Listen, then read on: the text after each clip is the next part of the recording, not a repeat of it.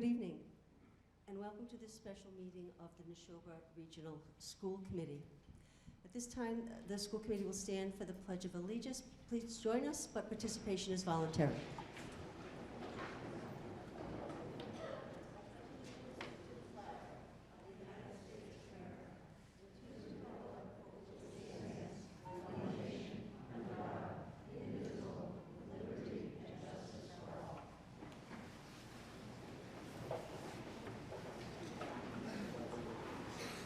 This is a different venue for us, and we're appreciative of those of you who have are joining us this evening. And if this is your first time at one of our school committee meetings, before we get into the school committee gets into its business meeting, I would like to just go over some expectations, and they're based on Mass General Law regarding public meetings. School committee meetings are business meetings and held in public. They're not public forums. Therefore, the public can only participate with the permission of the chair. We respectfully request that you refrain from speaking out. We do not use a gavel, so I'm not expecting any outbursts, but if I need to bring the room to order, then I'm going to rely on my voice. I don't know if it's a tradition of this committee. As long as I've been on it, we've never gavelled. There will be a period for citizens' comments after the chair and superintendent's reports and the ensuing discussions of the school committee. So I want to go over the actual Mass General Law, Chapter 30A, Section 20F, which governs public participation at open meetings and covering all public bodies. No person shall address a meeting of a public body without permission of the chair, and all persons shall, at the request of the chair, be silent. No person shall disrupt the proceedings of a meeting of a public body. If, after clear warning from the chair, a person continues to disrupt the proceedings, the chair may order the person to withdraw from the meeting, and if the person does not withdraw, the chair may authorize a constable or other officer to remove the person from the meeting. Again, I was in education for 34 years and on the school committee for 5, and all that time this only happened once in my experience, so it's rare. Just some things, would you please silence your cell phones? And we may use some acronyms that you're not familiar with, so when we refer to MASC, we're talking about the Massachusetts Association of School Committees. If we refer to DESE, that's the Massachusetts Department of Elementary and Secondary Education. And if we refer to MTHL, we're referring to our law firm of Murphy, Toomey, Hesse, and Lehane. Should anyone we use other acronyms, I'll make sure that I explain them before we get too much into the discussion. But for the most part, for the first part of the meeting, you're observing us conduct our business and our discussion. And then when we get to the citizens' comments portion, I'll go over the protocol for citizens' comments. So, thank you. Hi, everybody. It's good to see you. Thank you so much for coming and for making time in your schedule for this. And we decided to see if we could hold a special meeting because as a school committee we haven't at all had time to come together to talk about some of the things that the district is experiencing. And I know that we have been fielding and responding to emails. Folks have been talking to individuals in their towns, and 2 of the towns have hosted listening sessions, Stow and Lancaster, and I know Bolton, it's hard to coordinate schedules, but there may be something coming from Bolton, and the Bolton reps will apprise the constituents of that. As we have been hearing from people, it became really clear to me that we haven't really done a good job of helping people understand the role of the school committee. So I'm hoping to review that. So the overarching role of the school committee, according to MASC, is to ensure all students achieve to their fullest potential in a safe and caring environment. And that's consistent with our own mission that is very similar. And we do this, school committees do this by establishing educational goals and policies, developing a budget that supports the educational goals of the district, and by hiring and evaluating a superintendent. The superintendent is the only employee that the school committee has responsibility for. I think as we move forward and as we do more communication, I think it's important, and as we look at how we improve our communication, to make sure that folks have an understanding of our role and our responsibility. Through the last couple of weeks, we have had a tremendous amount of communication, and it occurs to me that maybe 20 years ago, if people wanted to communicate to the school committee, they had to come to a school committee meeting, and now with email, we hear from a lot of folks, and that's been very helpful for us, and has really been the driving force behind why we organized this meeting, and also has helped to develop the agenda. I know the agenda said chair's update, and I put the final touches on it today, and it developed as we continue to hear from people in the communities.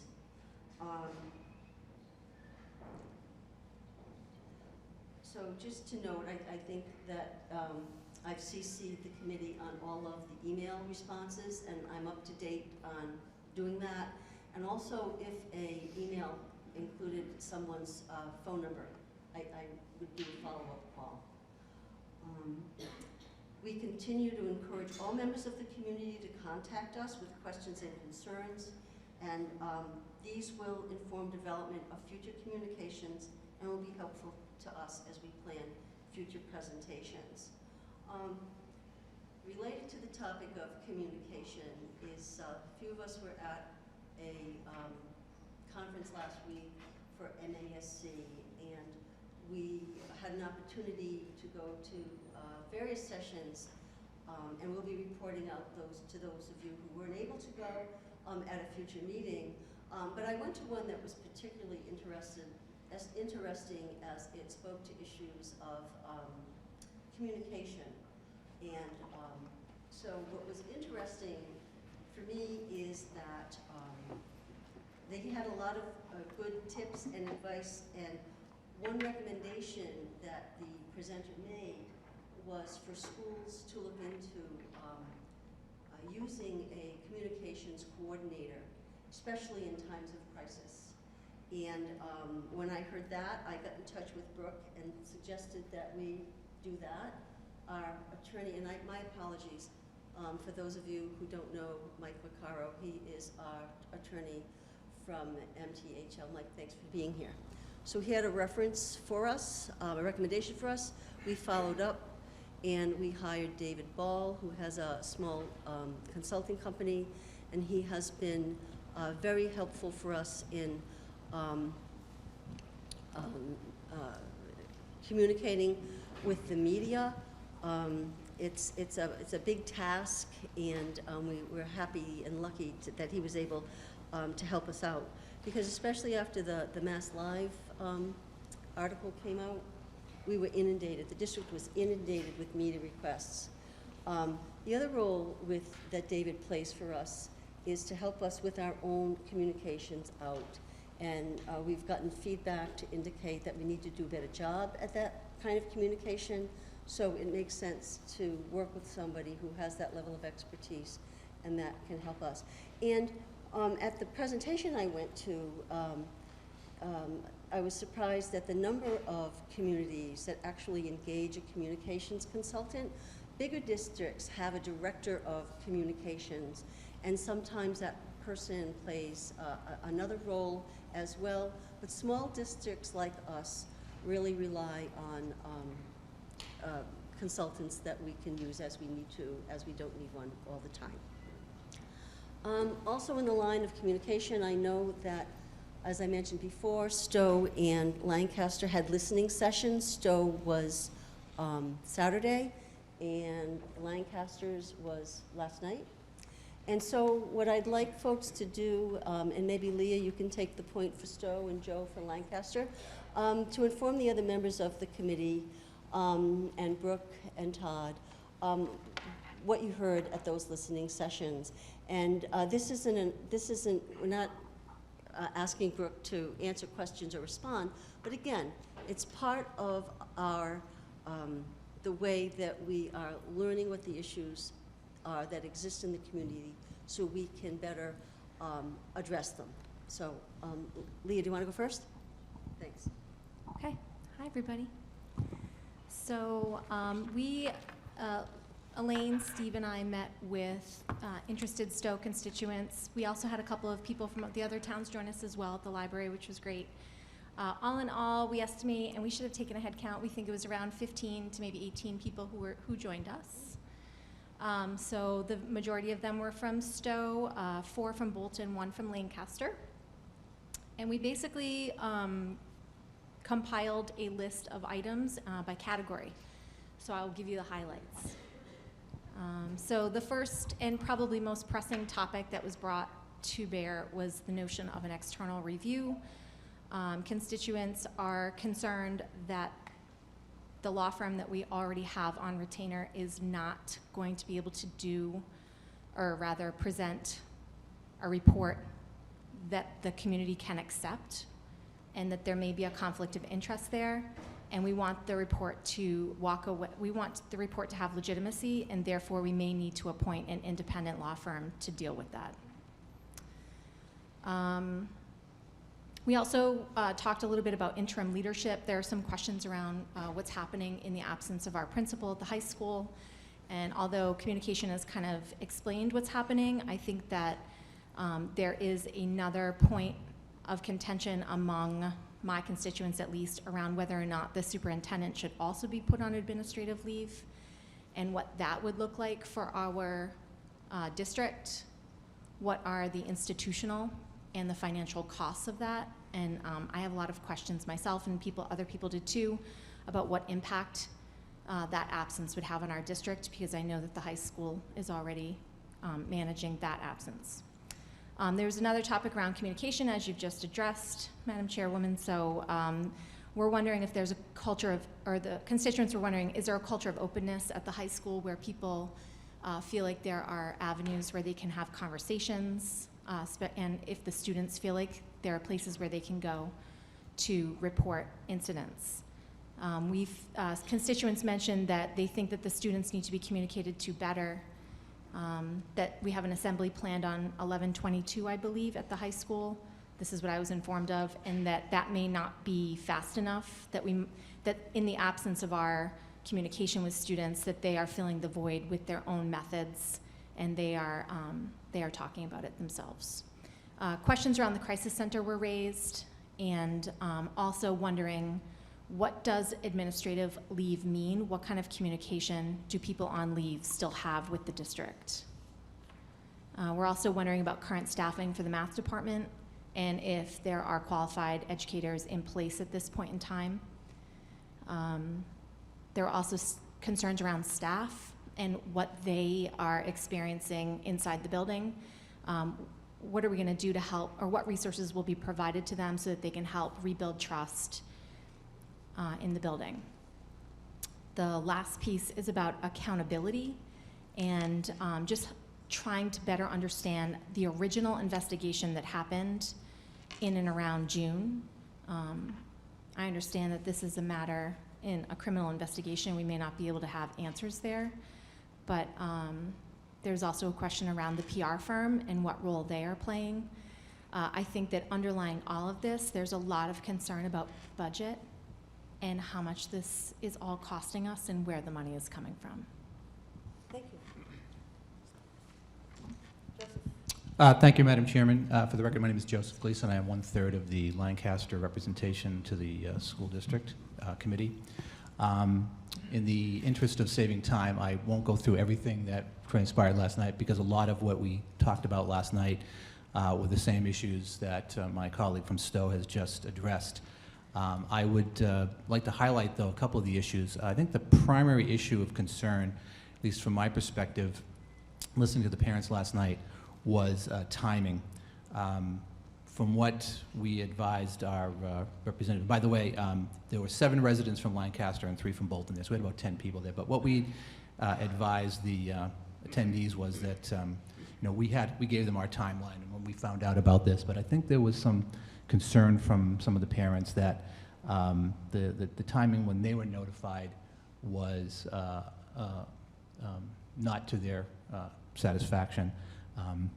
A lot of them said that they didn't hear anything about this until close to the time of the arraignment of the individual in question, and they felt that there should have been more time, should have been more advance notice of that the teacher was being placed on leave, and what impact that would have on the curriculum at the high school.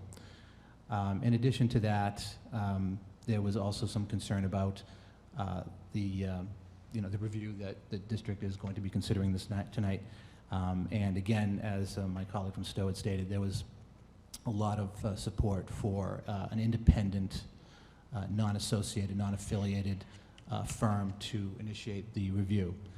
Lastly, the attendees seem to be unanimous in their contention that they feel that during the review period, the superintendent should be placed on leave. So that's basically what we talked about last night. Thank you. Thank you. Anybody have any questions for Joseph or Leah?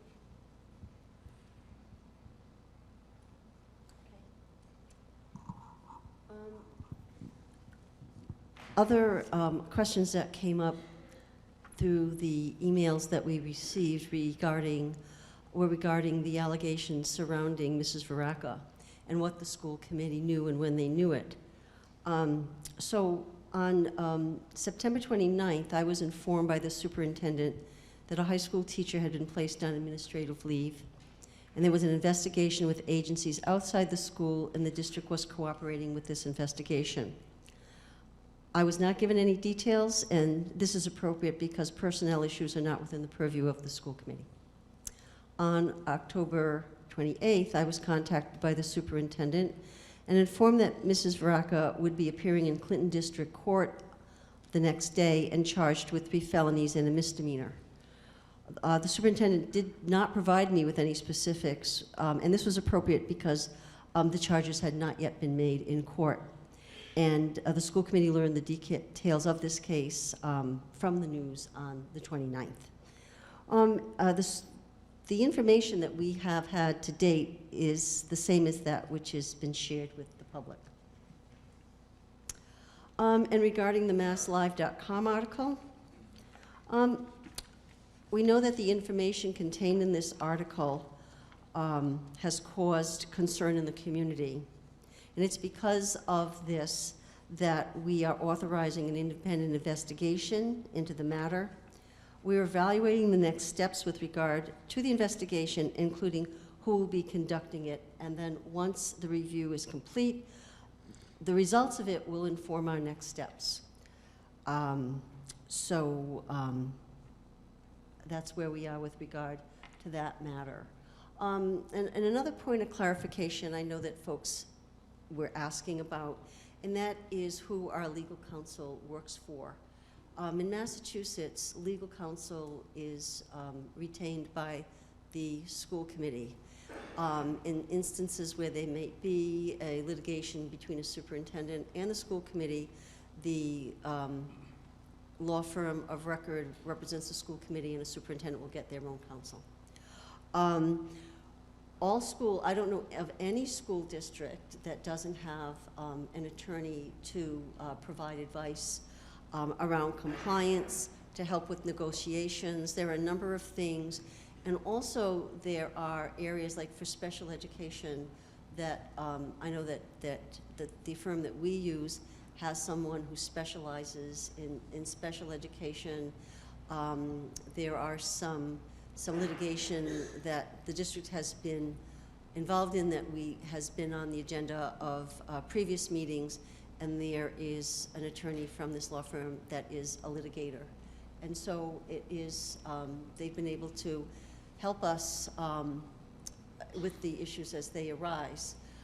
Before we were aware of concerns by the committee, we had actually, I had actually spoken to Brooke about the review, and we reached out to MTHL to see if they had somebody that could help us. We had an initial consultation with someone there, and but where that individual may have been reviewing some of our materials related to this, we will have a discussion about where we want to take this. So Madam that's where we are. Chairperson? Yes, Mrs. Dr. McCarthy. I'd like to introduce a motion on this topic at this time. Okay. I move that the NASHOBA Regional District School Committee contract with a law firm experienced in educational investigations to undertake an independent review culminating with a report to the school committee of the administration regarding the administration's response to a complaint of inappropriate interactions between a teacher and a student, and that this legal firm be other than the district's legal counsel of Murphy, Toomey, Hesse, and Lehane. Okay. Do I have a second? Okay, discussion? So if I could start, I would like to, just to say that in no way is this to disparage our retained legal counsel and attorney, Mike Maccaro, but in this situation, it seems most prudent to employ a legal firm with no present or prior connections to Nashoba Regional School District. Other comments, questions? Yeah, Madam Chair. Yes. Yeah. Ms. Gleason. Just like a clarification on this. I think it's more for the audience, the people in attendance, than it is for me. But just so we're clear about this, the district committee has made no commitment in any way, shape, or form in regards to who we would be using to do a review actually, we haven't made any firm commitments as of this date. Is that okay? Thank you. No, none. Yes, Mike. This question may be more appropriate for Mike, but also to our chair and potentially to Brooke. But I'm just wondering, since 2 weeks ago, whenever this whole series of events began to unfold, I've heard this potential probe referred to initially as an internal investigation. That evolved into a legal investigation and an external investigation. And most recently, we're referring to this pretty consistently as a neutral review. So I'm wondering if there's any change in the scope or the nature of what we are trying to do based on those changes in terms, or if this is just a semantic thing that's very fluid. I can address that. The scope of the investigation has not been yet determined, and it will be determined by the school committee in conjunction whoever is hired to do it. So that's yet to be determined. And I'll take responsibility for the confusion, because I tend to use words interchangeably, and it's not my intent to confuse. But the goal is to understand and to determine whether or not there were any improprieties, any things that should have been done that weren't done. And again, when we have an opportunity to interview and decide upon the individual who's going to do it, then we can flesh these things out. And yeah. Go ahead. So just to be clear, Yes. there's no material difference then between referring to it as an investigation versus a neutral review. Those are interchangeable and fluid? Yes, I think the important thing is independent third party. Those are the most important things. I tend to use review and investigation interchangeably, but the point is that the school committee will have oversight of this. We will bring in and retain someone to do it, and we will be apprised of the process, but work with whoever we hire, at which, we haven't even just voted on whether or not that's the way we want to go. So, but Mike, did you want to add anything? I think that you actually have clarified and answered that question accurately. I think the term review, investigation are often used interchangeably, and really the key will be is whoever you hire to conduct this review or investigation, you're going to sit with them and you're going to define for them what the scope of that investigation will be, and then it's going to be upon the investigator or firm, whoever is chosen, to keep you apprised of where that goes. Thank you. Other comments or questions? Leah. I know that part of our conversation and conversations just with constituents is kind of a cost-benefit analysis of hiring an external firm, a different firm versus this firm. And I want to perhaps just clarify what are the costs and benefits of each one, if anybody can elaborate or illuminate. For example, if we choose a different firm, what does the bid process look like? How easily do we bring these people on board? How fast can we hit the ground running and make this come to its natural conclusion? Would it cost us more than contracting the current firm? Not, perhaps that doesn't matter, but I think that all the information is important. Mm-hmm. And I think, first of all, we have to make a determination if that's the direction that we want to proceed in. And then if we decide that that's the direction we want to go in, then I would ask the Director of Business and Finance, Pat Maroney, to advise us whether or not we have to go through the procurement process. Mike? Oh, great, thank you. There is no procurement process for hiring lawyers under the law, so this is one of the things that's specifically exempt. So in terms of the timing of trying to do that, really, when I deal with clients that go with an external investigation, the real goal is to try to get a list of people that you might want to interview and consider. That's usually what takes the most time. It's not a procurement that you have to put out there. Okay. And then the cost is going to be dictated by whoever you hire, what their rates are. Okay. So should we decide, that's helpful, and I was, procurement process can draw things out, so that's helpful to us. And in the past, we have always used MASC as a resource, and should we decide to go in the direction of bringing in another law firm, I would reach out to them and see if they have any recommendations. And then it would be the personnel subcommittee that would get in touch with the various firms.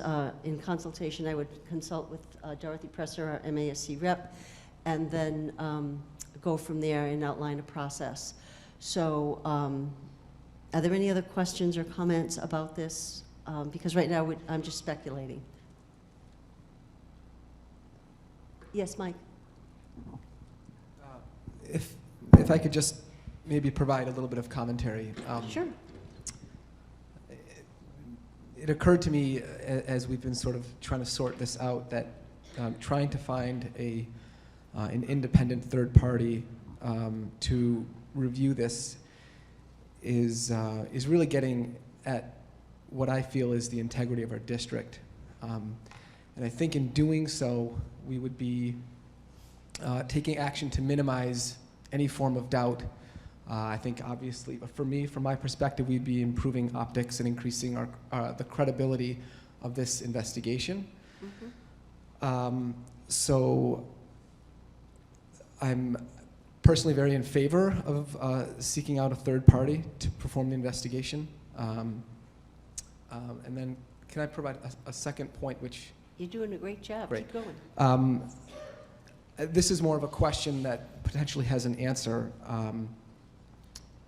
But is our investigation, and this may be a question for the entire committee, is this investigation on personnel, or is it an investigation on procedure? Like I said, once we get somebody on board, if we decide to go in that direction, I think that there's a lot of documentation we have. I would want to get their input about that. And the other thing is that, and I know that this a cursory discussion with the lawyer we were going to use at MTHL was that you know, if you're looking at one thing and other questions arise, you just don't continue in a linear fashion. You go off and you examine things. And I think there'll be a critical list of people to interview, but based on those interviews, there may be other interviews. So I really don't want to nail it down until we have an opportunity, till we know who we're working with, and then we'll work with them to get that information. Does that answer your question? Yes, it does, and I have one more, if I may. Of I'm open to anybody else taking the mic too. I don't want to Okay.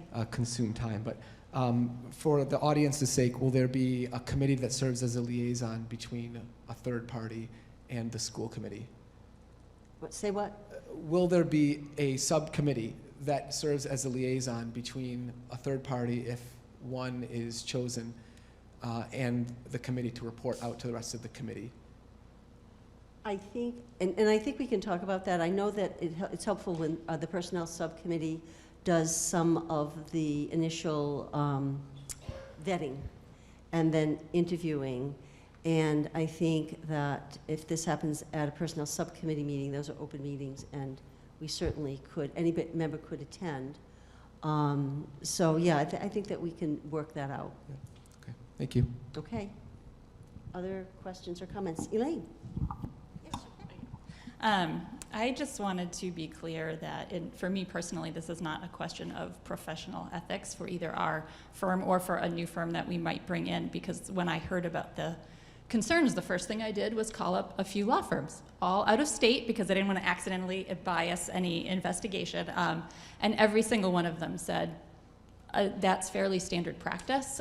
This is what we do, and our professional ethics guide these processes. So that alone does give me more confidence. But I do understand the concerns, and I think that we need to think about this long term, not just short term, in the perceptions and in the sake of unity that we will need if we are to move forward from this together as one community. Thank you. Any other comments or questions at this point?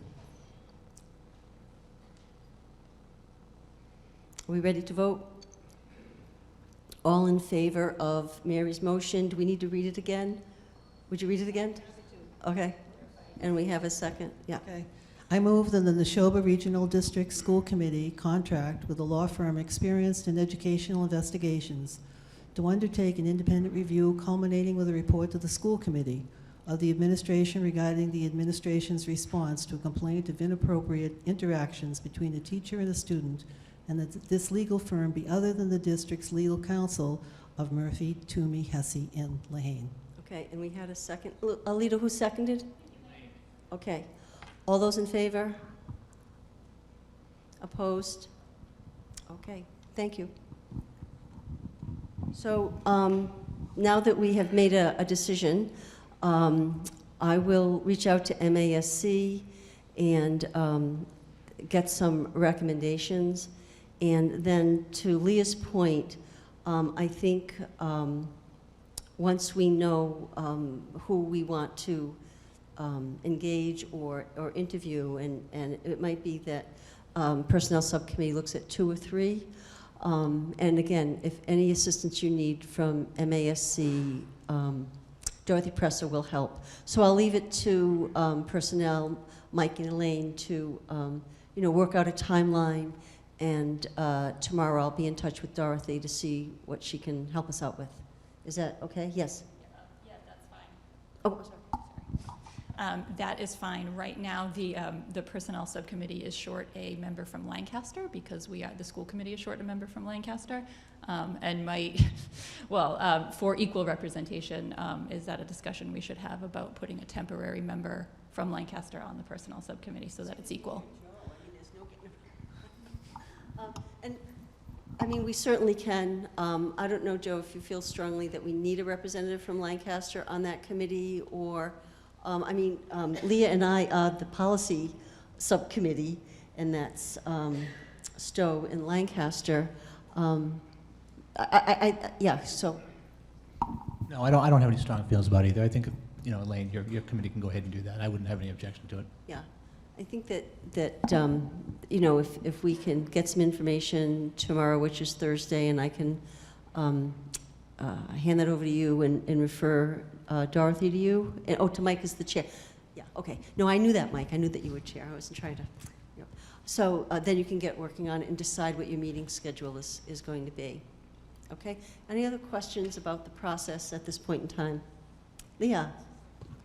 I just wonder if you have any idea about timeline, if we could project it all. I think that I'm going to leave that to Mike and his committee. Mike Horesh. Too many mics. And there's to determine. Everyone is aware that we want to get this underway, but we don't want to rush. We have to find the best match for us, and we have to have confidence in whoever is doing. So, there'll be references that need to be checked. There'll be an interview. So we'll move forward. And we have a meeting next week, so perhaps you'll have information to report out at that time. Okay? Super. Thank you. Another question that came up through the emails was, what do we do to keep our students safe?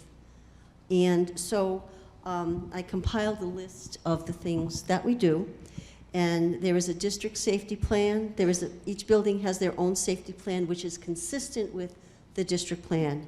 We have a very strong partnership with police and fire departments in all 3 towns.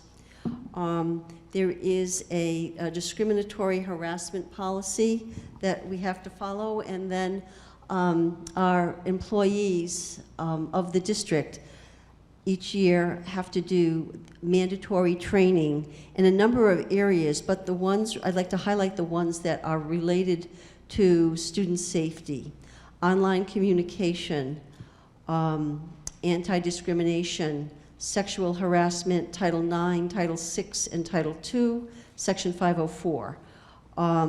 Responsibilities for the care and protection of children, which is commonly known as Section 51A. The internet policy, bully prevention and intervention, life-threatening allergy protocol. Every 3 years, we resubmit, each employee has to have their CORI resubmitted. CORI refers to criminal offender report information. And then employees and certain volunteers are, for them, certain fingerprinting is required. So those are all related to safety. We also have offered parent and student education programs in the past. The 2 that stand out in my mind right now are those regarding vaping and internet safety. And I know that the district is working with Mass Partnership for Youth on some programs that are upcoming.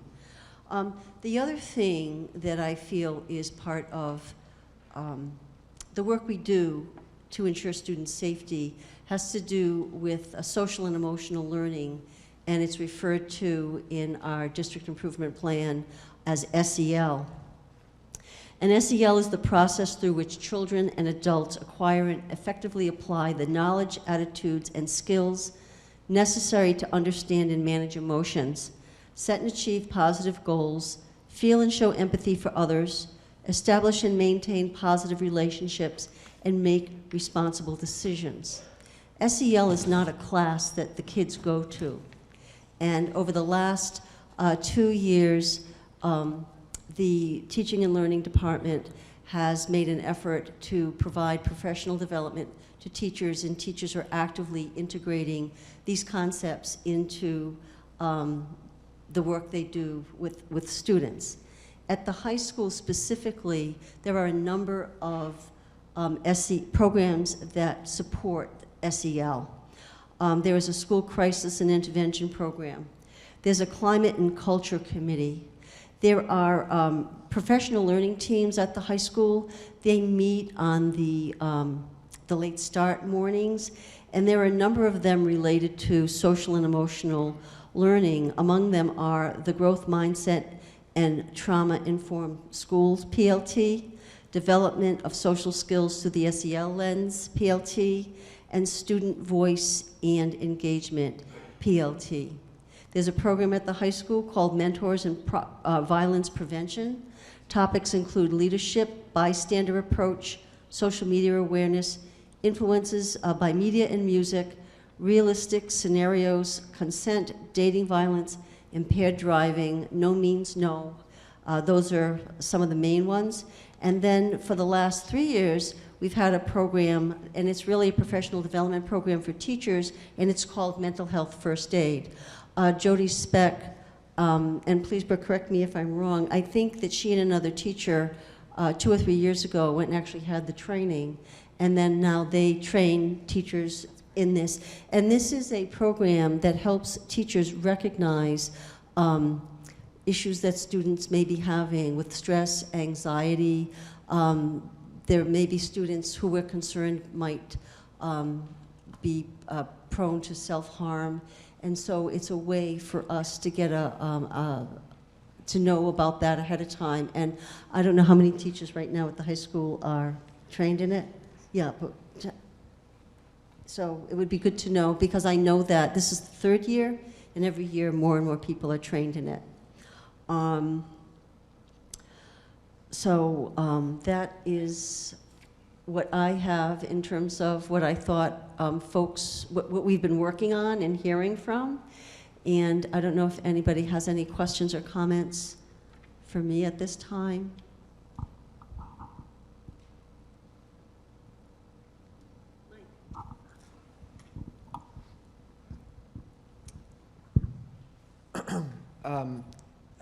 You touched on it a little bit. I think from my communication with the community over the past couple of weeks, which has been plentiful to say the least,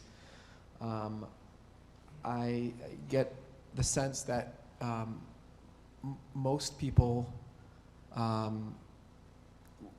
whether it's through rumor or through direct conversation, knew that something was wrong. And so I'm concerned about the culture at the high school.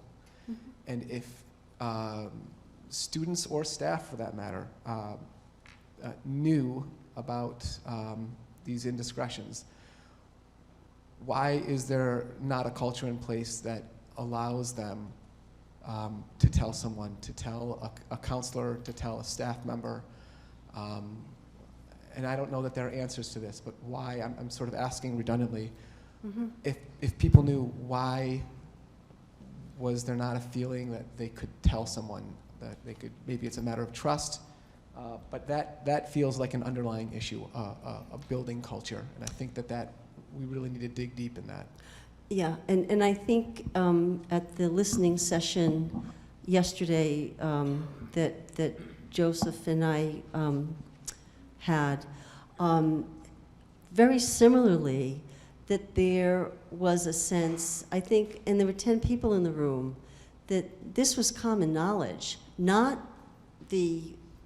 what we came to know, but just a sense that this was a person who, there were boundary issues. Somebody said that she gave kids rides in her car, and I was just a little bit astounded in that they could hear kids talking about it, but they knew too. And I have the same question about, I think it's the same issue, but it's a community issue. And I know that if somebody thinks that something's a rumor, they don't want to get somebody in trouble. But if you hear it over and over again and there's a pattern, I think we have to build that culture where kids and adults are comfortable coming and saying, I don't want to get in trouble, but this is what I've heard and this is what I've observed. And I think somebody asked me the question, why was this allowed to happen? There's no way that this school allowed this to happen. And when we found out, immediate action was taken. But the fact that it was, I use the term in the ether, it was out there. These are questions that we'll grapple with as a community, and it's one of the challenges we face is how do we build that culture with the kids and the staff in the school.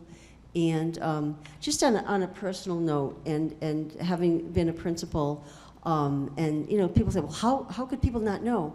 I have 2 experiences, and I'm not going to go into detail, so you can exhale. But where something was going on, I was a principal, something was going on behind my back, and I didn't find out until it hit a crisis situation, because people didn't want to get the individual in trouble in both cases. And then when I found out, I was like, why didn't I know? Why couldn't somebody have come to me?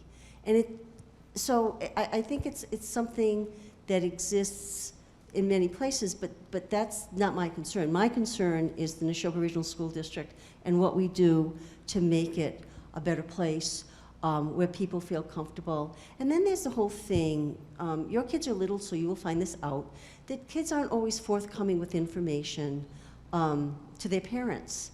And so that's why we like to drive them around, because they talk and we learn about stuff. But that's another part of it too. And so we have a lot of work to do. And it sounds like that we'll be getting organized to do that. And as a school committee, it's our charge to make sure that these things happen. Okay, Elaine? Yeah, so I agree with everything that's been said, and I would just add on to that I know we have some immediate investigations that need to happen, and those have a very limited scope for the sake of expediency, but I think it's important to go into this as sort of a phase 2, but also let's look at our Title IX reporting practices, and are they really best practices? Let's review our staff training, let's review our student handbook and the student education and things that I don't want this stuff to fall off the table, because that's really what is going to ensure that this doesn't happen again. Leah? I would just like to say, again, I echo everything that you guys just said. The short term and the long term are very different things that we have to manage, all of us. And the other thing that I just wanted to remind is that the we is a very large we, and we all need to work together on this. And I hope that as we move forward, there is a culture of togetherness as opposed to divisiveness. That is my hope for the kids. Thank you. And I just want to mention that, a few times during our discussions thus far, we've talked about policy, and Leah's the chair of the policy committee, so we should go through and look at the policies that we need to look at. I think there were some suggestions made at our listening session, and I just jotted down some ideas here. So we can go back and see what our policies look like, if we even have them, and if they need to be changed in any way. So, any other questions, comments? Thank you. So at this point, I'm going to turn the mic over to Brooke. Thank you. I just wanted to make a couple of additional comments here. The mental health first aid that you were alluding to earlier, Kathy, we also did some training last year in our community, and I believe we've trained 20 parents as well with that specific training. That's gone very, very well. I'm going to have Dr. Maguire just mention a couple of things of what's coming up, what people can anticipate in the short term.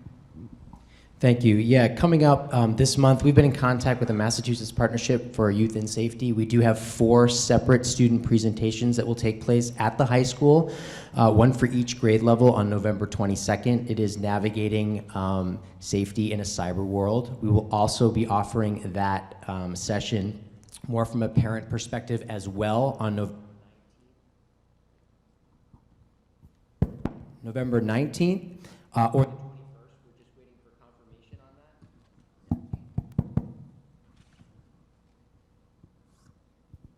so there'll be an additional parent session for navigating in a cyber world and safety on November 19th or the 21st. We've also been in contact with the district attorney's office to set up some work with legal issues around social media, and we're planning to implement with staff development into our professional development this year with some legal updates for our staff and working with Mike McCarrow, our attorney. So those are some upcoming events that will happen with students as well as for the community.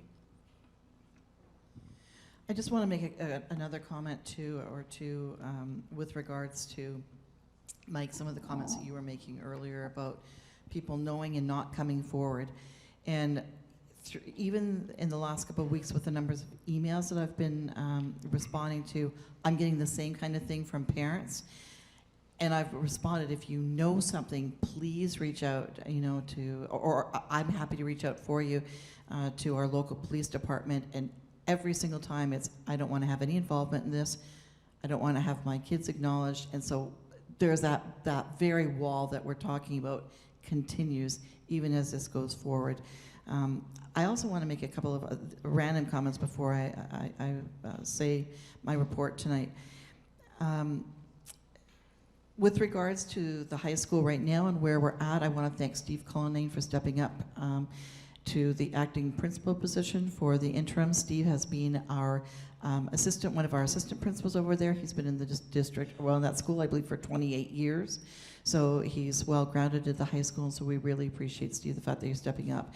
And I know that Patrick Perkins is here tonight too, and we are shifting him over as well to fill in some of the assistant principal time.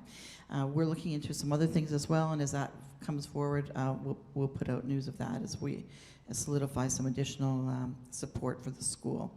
But in the interim, that's where we're starting. I do have a couple of comments that I want to make tonight. And I think I want to highlight, first of all, special thanks to the school committee tonight for extending the notion of the independent review. I know that you all know how strongly I feel about doing this, so I'm really glad that you're doing it, and I thank you ever so much. I think it's a critical step for us, and certainly it's a critical step for our administration too. So I'm really, really delighted that you're going in that direction. I also wanted to make a couple of comments, some generalities, and then a couple of specifics. We are still in a time period here where we've got several deadlines and timelines that we're working around contractually and in terms of investigation. So we are still very, very limited with what we can put forward tonight. So I just want to put that out there, and it has nothing to do with being evasive. It has everything to do with protecting the different investigations, because there were more than one investigation happening on this case at the same time. So it's really critical that we be cautious with what we say for our own investigation, and that anything that we say doesn't hamper somebody else's investigation. So if it sounds like I'm being somewhat limited, it's purposeful and under the guidance of our legal counsel. I want to thank everyone for coming out tonight. I know it's an additional meeting time, and to our school committee, thank you very much for being here tonight. To our community representatives, our administrative team is here in its entirety tonight. The representatives for our community leadership and our police departments. We have somebody here from each one of our police departments tonight, and I'm so grateful. We have, honestly, probably the best police departments I have ever worked with.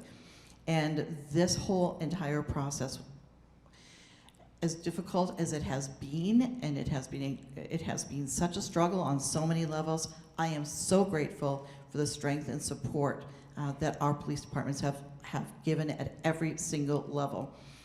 Lancaster Police Department really took the lead on this. However, both Bolton and Stow also played a component throughout the process. The media attention to the investigations and the court appearance involving a NASHOBA Regional High School teacher has been active and is ongoing. This has received attention from across our state and our nation. We have had outreach, for example, from NBC at Rockefeller Plaza. Oxygen Station has contacted us. We have had a lot of different outreach from across the country, so it is not specific just to Massachusetts. For many individuals watching these news feeds, including tonight, This is their first impression and glimpse into the character and the lives of our three communities of Stow, Bolton, and Lancaster. I want to express to the media and those who do not know us and are meeting us for the first time through this type of a venue that this situation is particularly difficult for our communities, our district, and our high school. The NASHOBA Regional School District is a high-performing district within Massachusetts. Our communities value and support their education system. The schools excel in academics, athletics, fine arts, and in every programming area that we offer. This is a strong school district supported by strong communities. The situation we find ourselves in regarding the allegations has brought us to a dark chapter as a school district. We hurt, we're angry, frustrated, and we feel a deep, deep sense of sadness and pain. Our communities, though, are resilient, and I know that we can and we will rise above this specific situation. As a district, we will reflect, we'll learn from every component of the process that we've been involved in, and continue our commitment to ensure the safety of every child within our district. I want to begin by acknowledging the student at the core of this particular situation. I want to thank and commend their bravery and courage. And this cannot have been an easy decision to move forward with. I can imagine that witnessing the deluge of media coverage since this first became public news has only made the situation that much more difficult for the individual and for their family. We think of them often and want them to know that through these actions, a difference will have been made. The role that this individual is fulfilling has been critical. We respect and we honor their honesty and strength. I also want to extend a note of thanks to the individual who came forward to report their suspicions.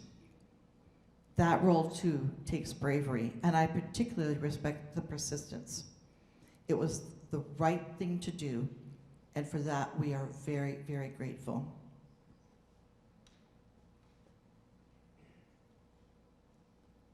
In terms of process, I understand that the public is eager to find out details about what the district knew regarding the allegations against a high school teacher at the NASHOBA Regional High School. There's obviously been a lot of media coverage, emails, and calls from parents concerning this individual since her placement on leave in September and the arraignment in Clinton District Court on October 29th.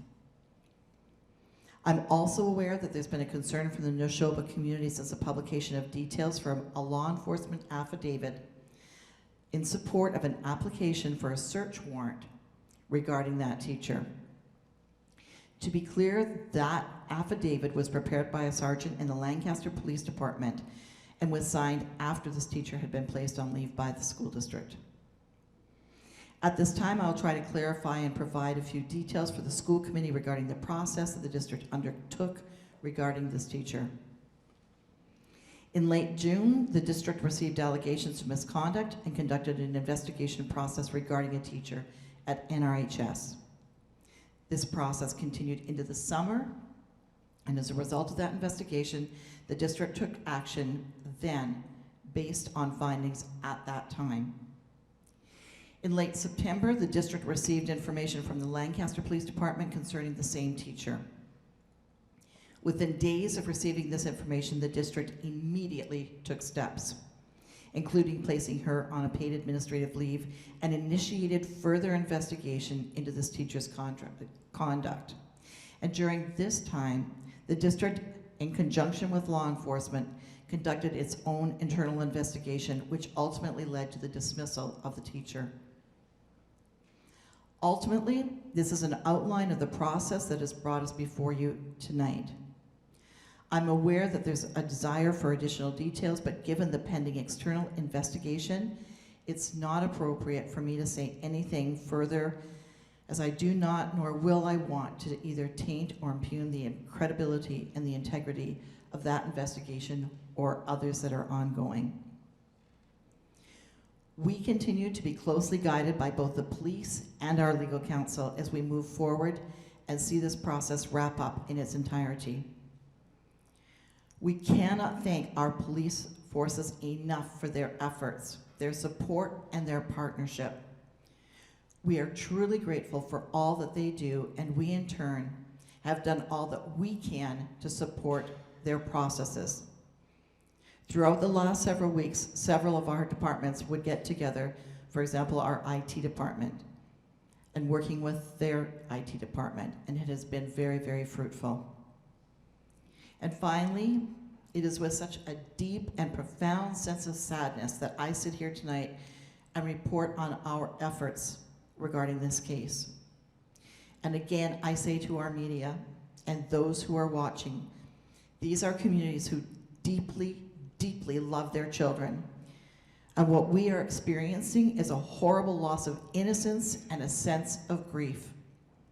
It is difficult to comprehend the level of magnitude that one person's actions has had on our 3 communities and the district at large.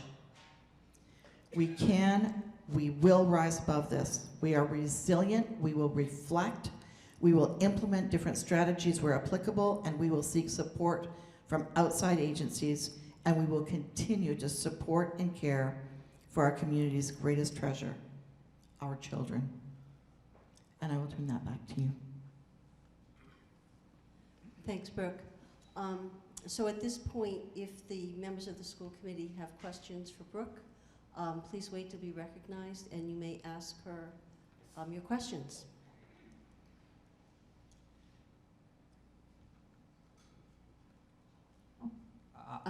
Joseph. I'm sorry, Madam Chairman. I'll be the first to inquire. Superintendent Clenchy, I understand what you're saying about the need for some confidentiality in regards to the investigation.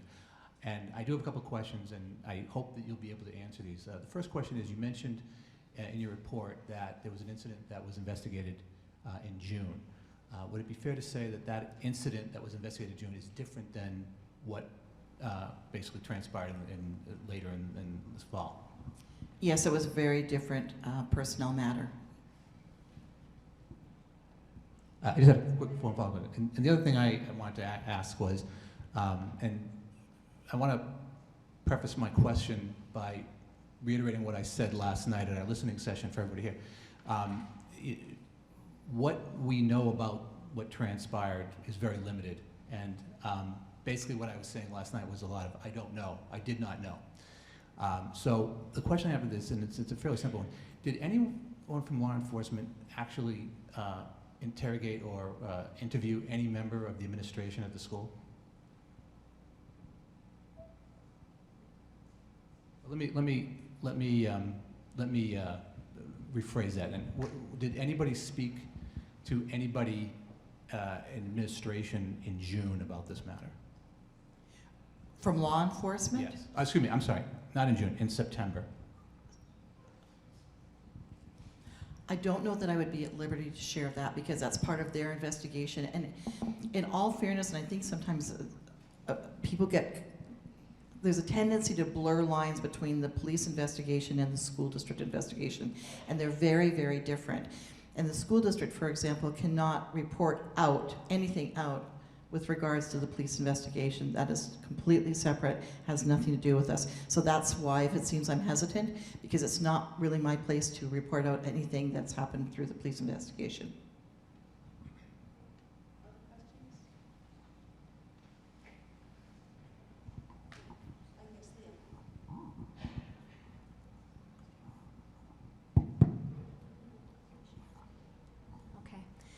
So you may not be able to answer this, but in light of what you just said about the 2 situations being different in June and September, can you tell us and our communities, was there anything that happened in June to the administration's knowledge that should have elevated to the place of mandated reporter / law enforcement? Not to our knowledge with regards to the June incident that we knew at that point in time. When we were in a position to do so, we immediately contacted DCF.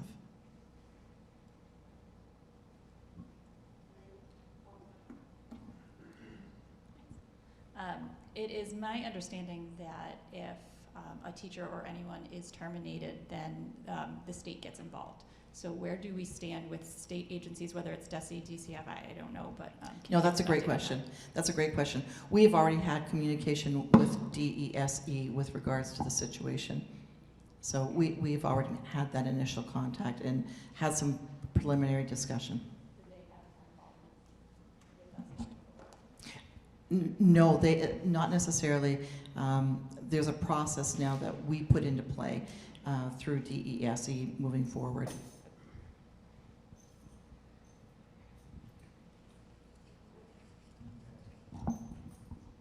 I just want to add to that one piece right there. There is one other thing, and this kind of goes to one of the reasons why it's difficult as to what we can say. There is a statutory right for this person to challenge determination, and that's run through DESE. So there is a time frame that is currently undergoing right now. So that's a 30-day time frame. So that is another aspect that they could get involved.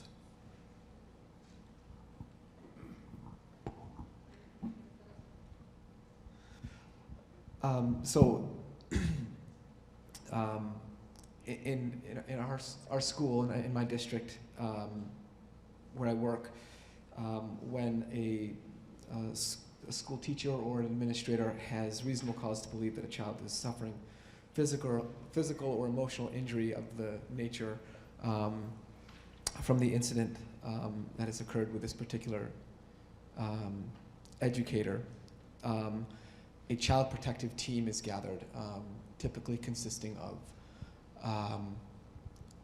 the individual that has gathered that information, their counselor, potentially school psychologists, a dean, and that's a very small, tight group. And once the report is made, information doesn't really leave that tight circle. It's just not for public consumption.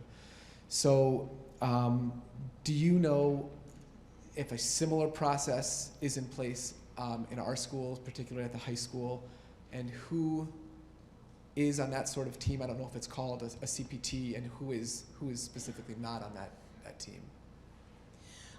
I don't know that I would have a specific answer for that without reaching to Jody's back and see what the details are on that. We certainly implemented the crisis team right away to help support both staff and students, and that team is constituted of many of the very positions that you just described now. We also, when we talked to the staff at the high school, because we had 3 times where we went in to speak with them, and one of those times, the first time, we were also mentioning other places that they can get resources, right? From somebody like Lisa Golbicki, who you all know, or their own union has different access to different strategies and different departments that they can connect with. And of course, we mentioned Anne Marie because our Director of Human Resources can also access different services for them. So we had a number of different, that kind of thing that we did right at the I think it was the very first meeting that we had with them.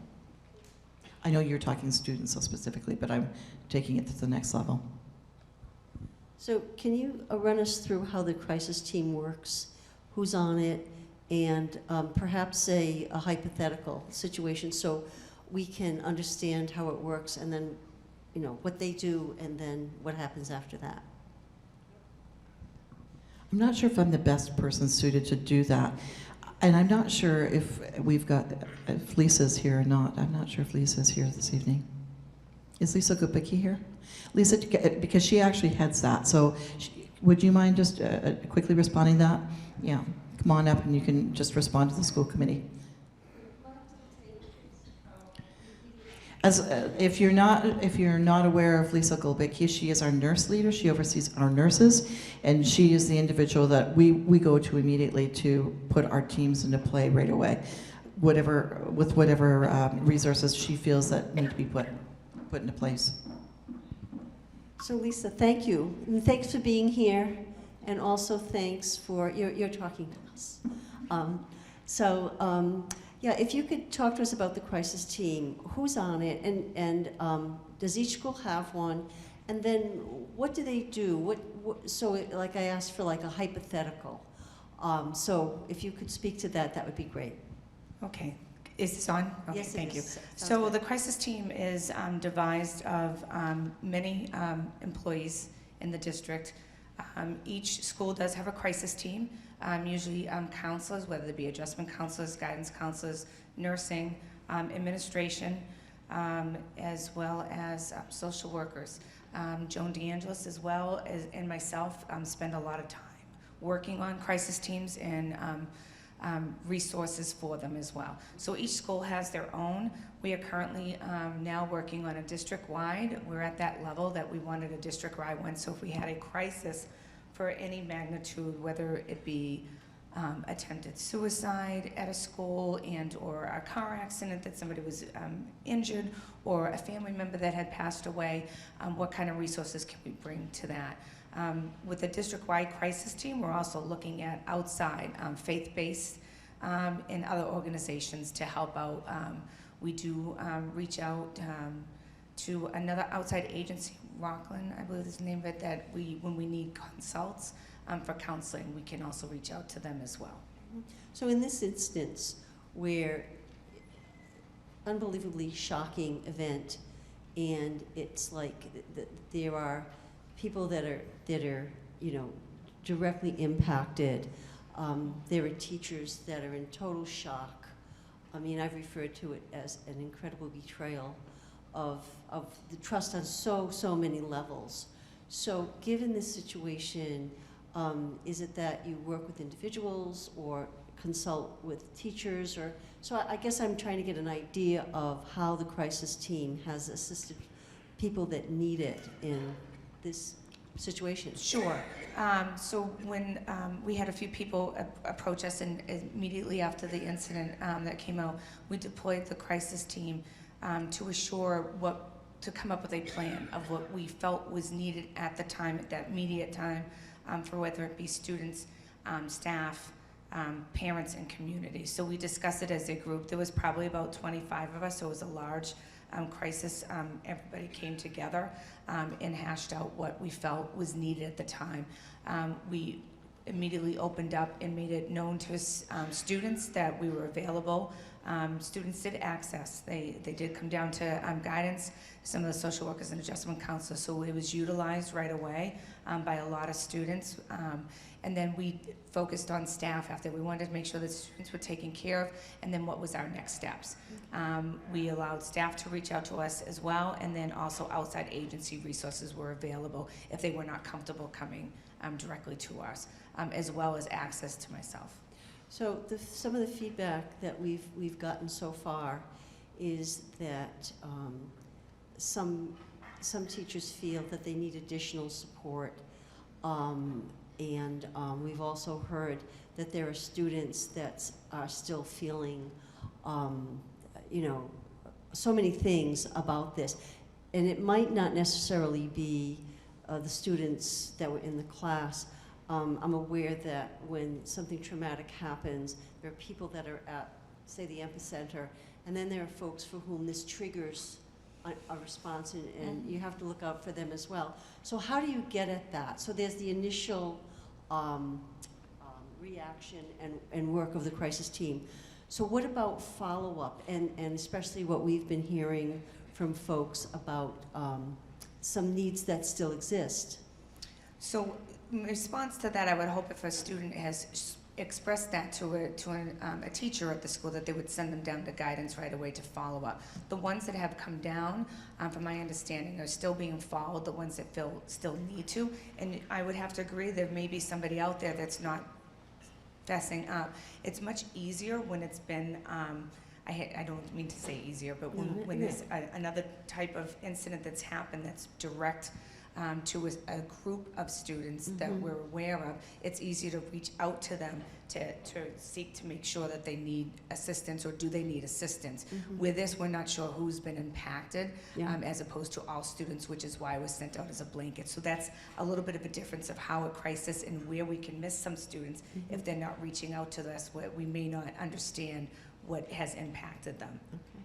And how are parents aware of what the high school has to offer? If they were looking for resources, support, who's the best point of contact? Well, a notice was sent out for parents understand that students can access if they needed to speak with somebody, as well as it went to students as well.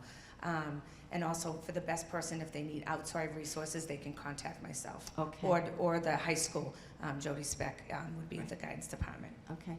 Any questions for Lisa? Leah? Hi, thank you so much.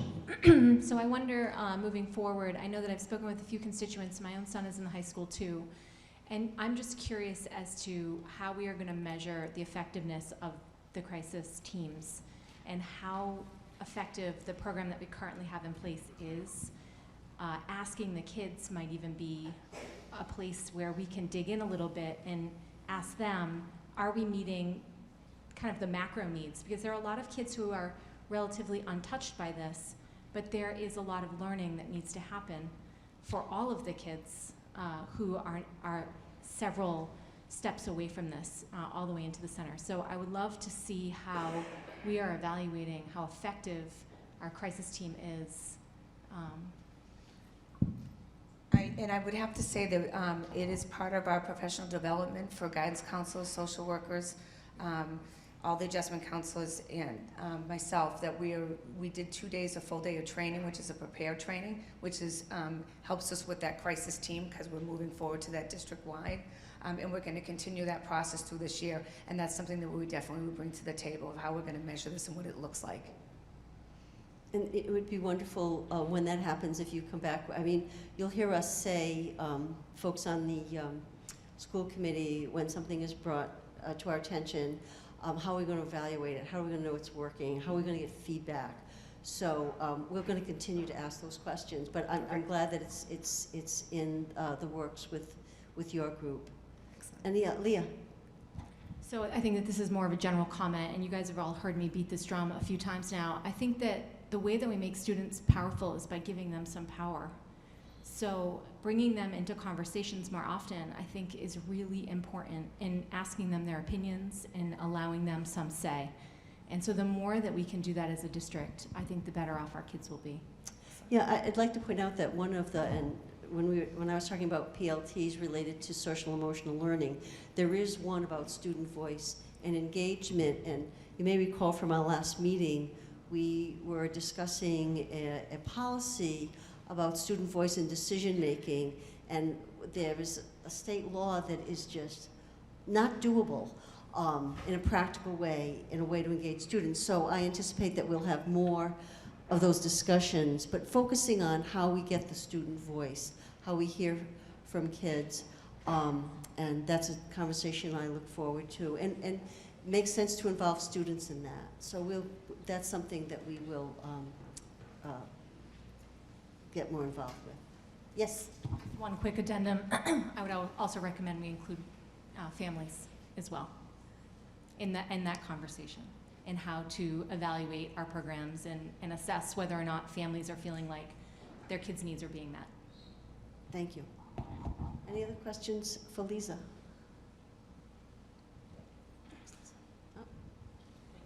Thank you so much. Okay, other questions for Brooke?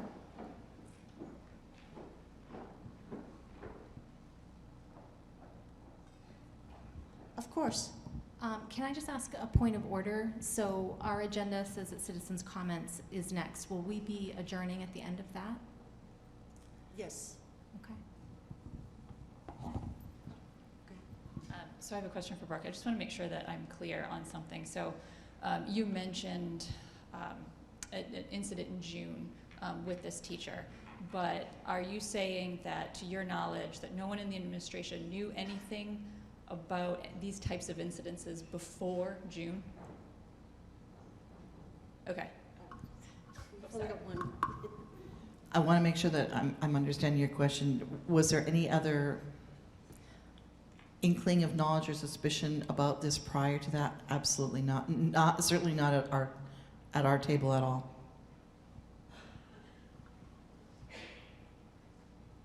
Other questions for Brooke? Do you have more? Mary? Joseph? Mike? Leah? Steve? Okay. Thank you. And thank you, Brooke, for what you had to share. And I appreciate the members of the committee formulating those questions. And again, much of what is coming forward from us is based on what we've heard from our constituents. So I think at this point we can enter into citizens' comments. Oh, yes, Mike.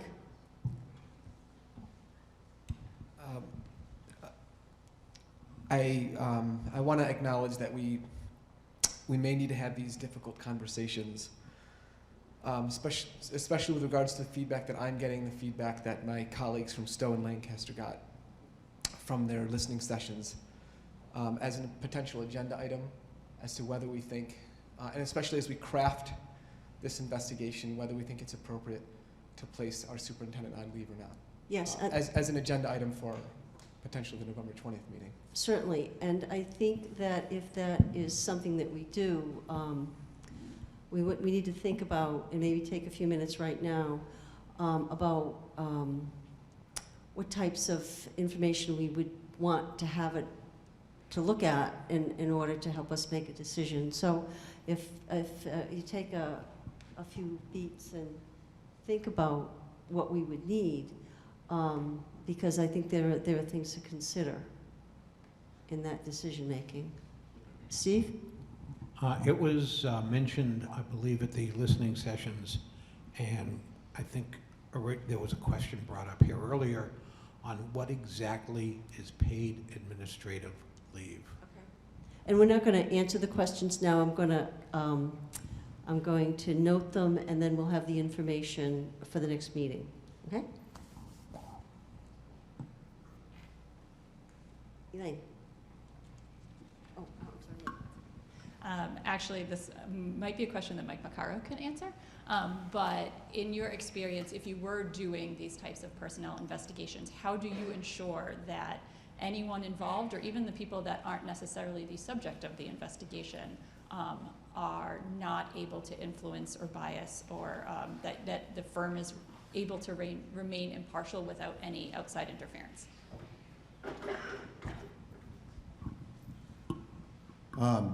So first of all, the firm that does the investigation will be reporting to this committee, versus as opposed to the superintendent. You are going to be authorizing the investigation, and all the reports will flow through this committee. Generally speaking, if you're doing an investigation that is a specific target of some person, then at that time, then maybe it's appropriate to put someone on leave if you believe that there's going to be interference. But on something like this right now, where the scope is, what was known and when, I don't think it's absolutely necessary that happens, but that's a determination that this committee will make, at a future date. So usually an investigator, when they're interviewing witnesses, will give instructions, and every investigator has different instructions that they give. They usually will say, I'd like to ask, to the extent possible, that you keep what I ask between us, you keep that confidential. There'll be instructions not to try to, tamper with any witnesses. If it ever is determined that a witness was trying to get involved in an investigation, there are ramifications for that, retaliation, and that's a totally separate, avenue going down there. But again, where you haven't hired someone yet and you haven't determined the scope, I'm talking in broad generalities. I hope that answers your question. Leah. Could we just very quickly elaborate on the paid administrative leave of the person who is currently on leave and what that entails? I know a few of my constituents were concerned, as was That's I. a personnel issue, not Okay. within our purview. But parents were concerned that person might still be in contact, but I would refer that to the superintendent for investigation. Okay. But I mean, But I like, know, we're- officially through district channels, Yes. even though on leave, is still Yes. able to communicate? No, I'm acknowledging the concern. It's not for this committee to speak to. Okay. I am sitting right next to the superintendent, and she heard you, and Okay. she will look into that. And I appreciate the concern coming forward, but again, there are things that we are responsible for and things that are not within our purview. But I think the question is legitimate, of course, and that it's for the superintendent to look into and respond to. Thank you. What other information, if we're going to have this as an agenda item? One of the things that I think about is what is the impact when you put a superintendent on paid administrative leave? So that would be something to look at. And what kind of data would we examine to sort of assess the impact? Steve? I think it might, if we're going to discuss this at our next meeting, it might be wise to have Dorothy Presser there at the meeting. Thanks. I'll see if she can make it. Other data to examine so that we will know the impact? Yes, Elaine. This might sound redundant, but actually having some questions answered about the investigation itself. What is how do we determine the scope? What is the timeline going to be? I think actually affects this decision as well. You know, the 6 weeks versus 6 months. That we may not, but it would be helpful.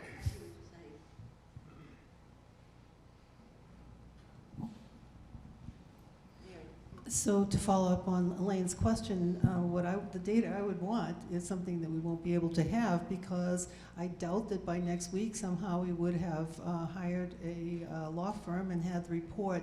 So just so you know that I think a lot of this would need to wait until we had, from my thinking, that would be data that I'd want to have. Then Elaine's questions would be answered too because we would have set up the parameters.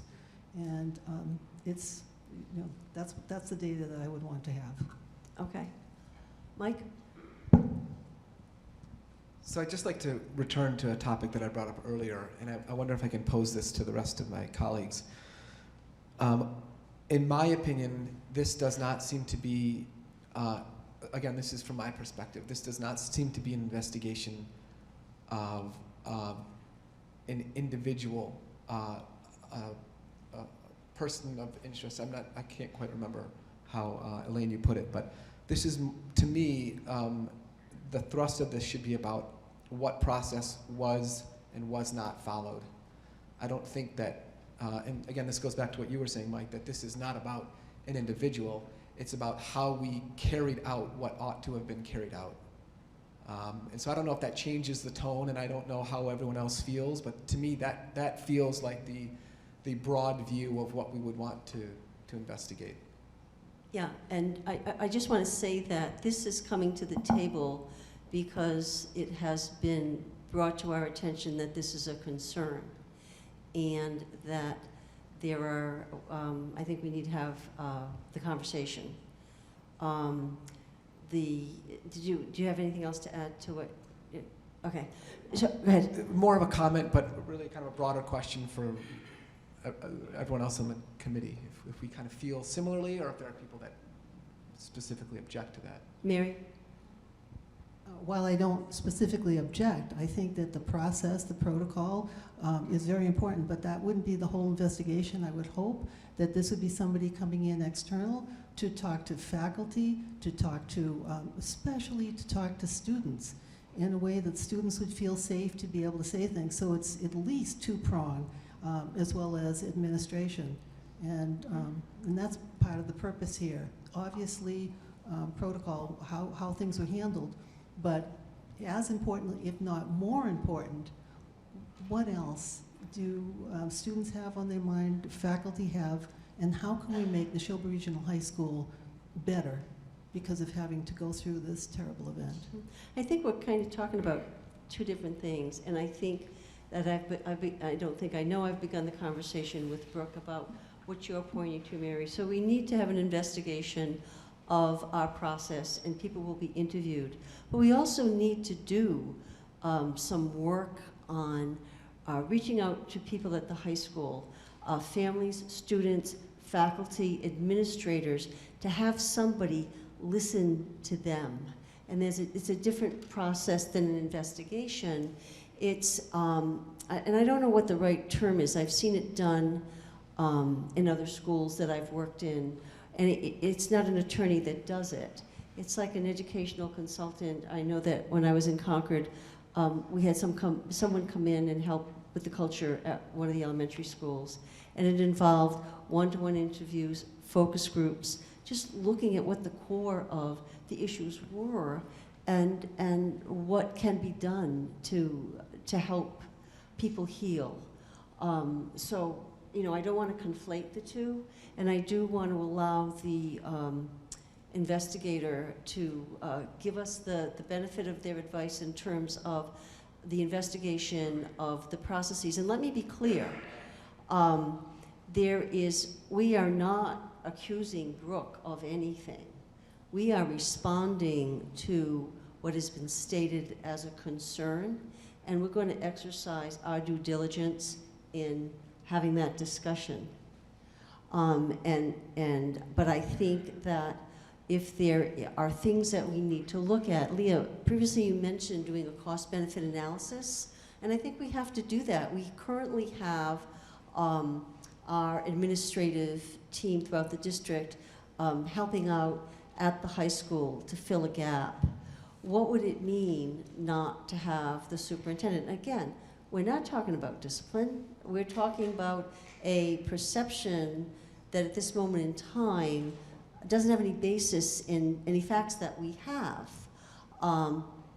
But it's a pervasive feeling out there, and again, we exercise our due diligence. I want to know what the impact on the district would be to have the superintendent not at work. Budget season is upon us. It would be, because there's nothing punitive, this would be a paid leave. Do we need to bring an interim in? So it's the cost-benefit analysis, and I would want to look deeper into those things.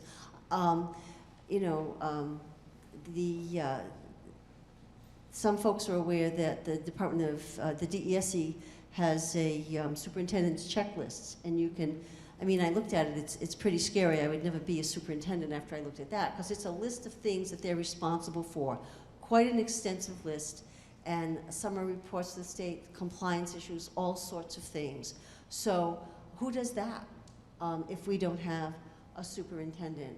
What are the day-to-day things that don't get done? So these are questions that we need to look at. And so along those lines, what is other information that we would need to have to help us with this discussion? Steve. I am concerned that with pushing some of these discussions until next week, that we are really rushing the process. And as Superintendent Clenchy said earlier, I mean, she's still not able to tell us anything about the June issue. Mm-hmm. And there are going to be, it seems as if we're still in the area of too much information that is not going to be available either to us, or if it's available to our investigator, he or she may not be able to familiarize us with the full situation and the full timeline of what happened and when it happened and all of these kinds of things. So I really would like to say that we should exercise some caution in the rapidity in which we seem capacity to get all this stuff together. And like I said, we're not talking about wrongdoing. We're not talking about disciplinary. We're talking about looking at the concern that has been raised, but looking at it in a thoughtful way and making sure that we have the data that we need to consider. So I think originally the thought was perhaps next week. The meeting after that is December 4th. Is that too soon, or do we wait until we know, does this decision coincide with when we initiate the investigation? Your thoughts? Leah? I think that the law firm that we bring in is really, hopefully, going to be our guide in advising us how we move forward. Okay. And when that person is brought on board, I wonder, will they be able to sit with us similar to the way Mike is now Yes. in a public meeting to answer some of these questions for all of us? Okay. So, any other thoughts, questions? Mike?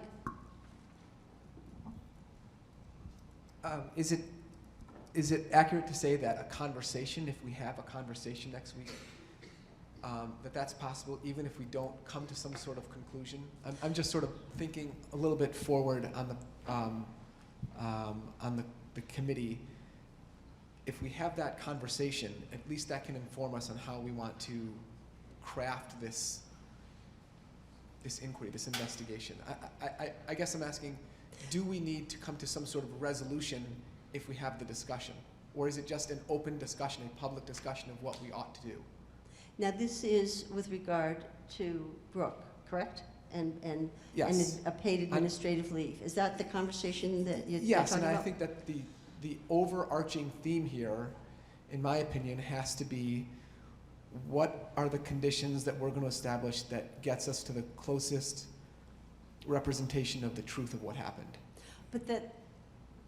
I'm not saying yes or no. I'm not saying yes or no, but I guess what I'm saying is we at least need to have a discussion about that, about whether we are willing to consider that, or whether we maybe as a committee Consider think what? Putting Brooke on leave? Yes. All right, that's why I need the specificity. Yeah. Because it sounds like there was a connection. I mean, this is just how I was interpreting what you were saying. A connection between working with someone to organize the investigation, and because of that, that's when we would consider the leave. I mean, I think we do need to have a conversation, and if we want to start it next week, cognizant of data that we might need and might not have, I think that's okay. We don't have to bring it to a vote if you want to have an initial conversation. But it's going to be a limited conversation. Understood. Because from a practical point of view, there are other things on that agenda. We still have some policy work we need to finish up on, and Brooke and I haven't talked about next week's agenda, but we can get to it. But I guess my point is, whatever we do, I want us to be thoughtful, and I'm not saying that we never are. I think we are incredibly thoughtful to the point where, let's just put it, we do go on. And this is something important. And what people want us to consider is very serious. And quite frankly, it's usually associated with something that was done wrong. And I don't hear anybody saying that. So yeah, let's have a conversation and see where we end up, because this is definitely new territory for me, and I would guess for everybody. But I respect the fact that this committee wants to take it into consideration based on what we're hearing from constituents, and it's a big responsibility when we discuss it and move forward. And I want to thank Brooke for your graciousness in understanding that this is something that we may need to do, and understand that it is not, it's not in any way, it sounds weird to say, but I truly believe that it's not in any way because you did anything wrong, but we have a concern in that, we're hearing a concern, and that we will follow through as a committee. Other questions or comments relative to that? Okay. So without objection, I will transition us into the citizens' comments portion of the meeting. And I would like to share with the Assembly the rules that we follow for citizens' comments, that it's consistent with the protocol we follow at all our school committee meetings. We follow the guidelines for public participation at open meetings per Mass General Law. We allow individuals 3 minutes to speak, and we'll hear from people who wish to speak. Citizens' comments is an opportunity to share opinions. It's not a discussion. The committee will not respond, but will listen and consider public commentary. We have a secretary that will take notes. After public comments, we will review the notes and determine if there are items for future agendas. We may also follow up after the meeting with speakers should we feel it necessary. Interrupting a speaker will be considered a disruption of the procedures, and the school committee prohibits improper conduct. And improper conduct generally includes use of obscenities, incendiary words, or threats. So we have 2 microphones set up, and I beg your pardon? Are they coming up here? No, we have this there, and people may line up. And we want to hear from everybody, but at some point, if we are hearing the same concern or thoughts, I will ask that we move on to someone with a different point of view. But let's see what we have.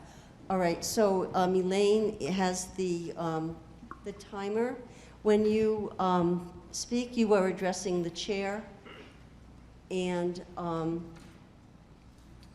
please give us your name and your the town in which you live. My name is Elizabeth Davis Edwards, and I live in Bolton. I wanted to thank the Madam Chairperson and the members of the school committee for putting yourself in the hot seat tonight. This is a hard job, and we recognize that you do this out of your own time because you care about our community. So we appreciate that. We appreciate the chance to listen to the conversation and the discussion and give you our comments.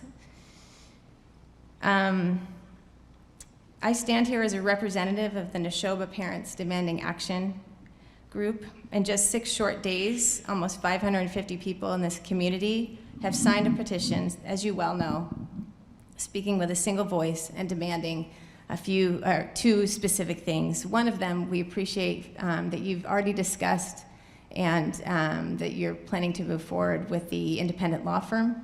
So we appreciate that, and thank you for that. For hearing us and for acting upon that.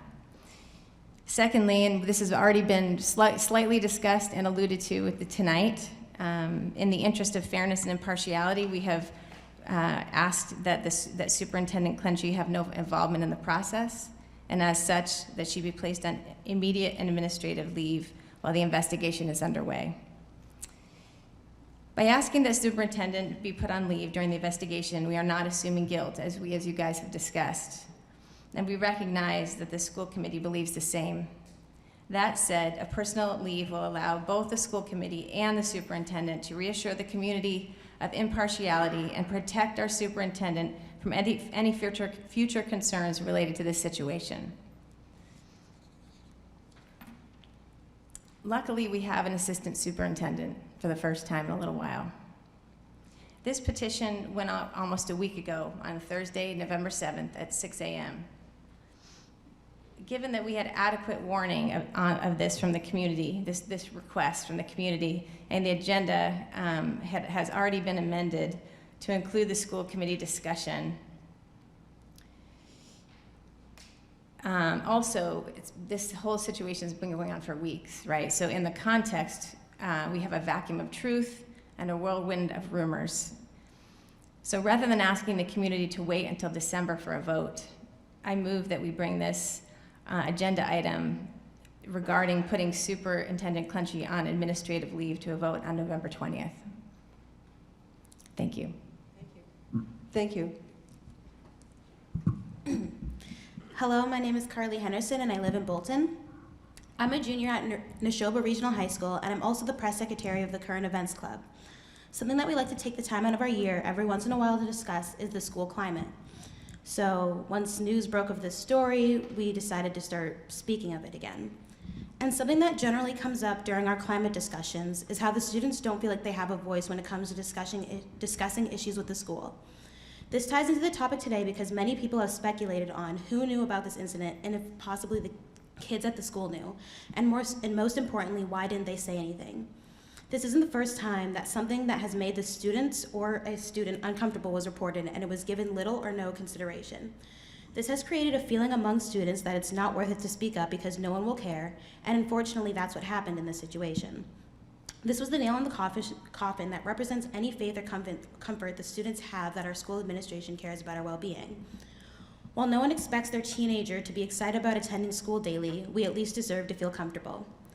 And we're still being told by some of our teachers that we're not allowed to discuss it. We've heard about these various policies that are in place for us to feel safe and supported in our school environment, but we haven't seen any of these actually implemented. There's been adults in our school who have told us that they don't know how to help us with our problems. This isn't an issue of students being secretive, and it's not our job to create an environment that we feel safe reporting in. That's a failure on our school's part. There are attempts to teach us things about internet safety and social media and etc. But what we need is reassurance that those earlier mentioned policies are actually implemented in the future and there are consequences for those who haven't done so. I also hope in the future that it doesn't take an incident like this to review these issues. Thank you. Carl.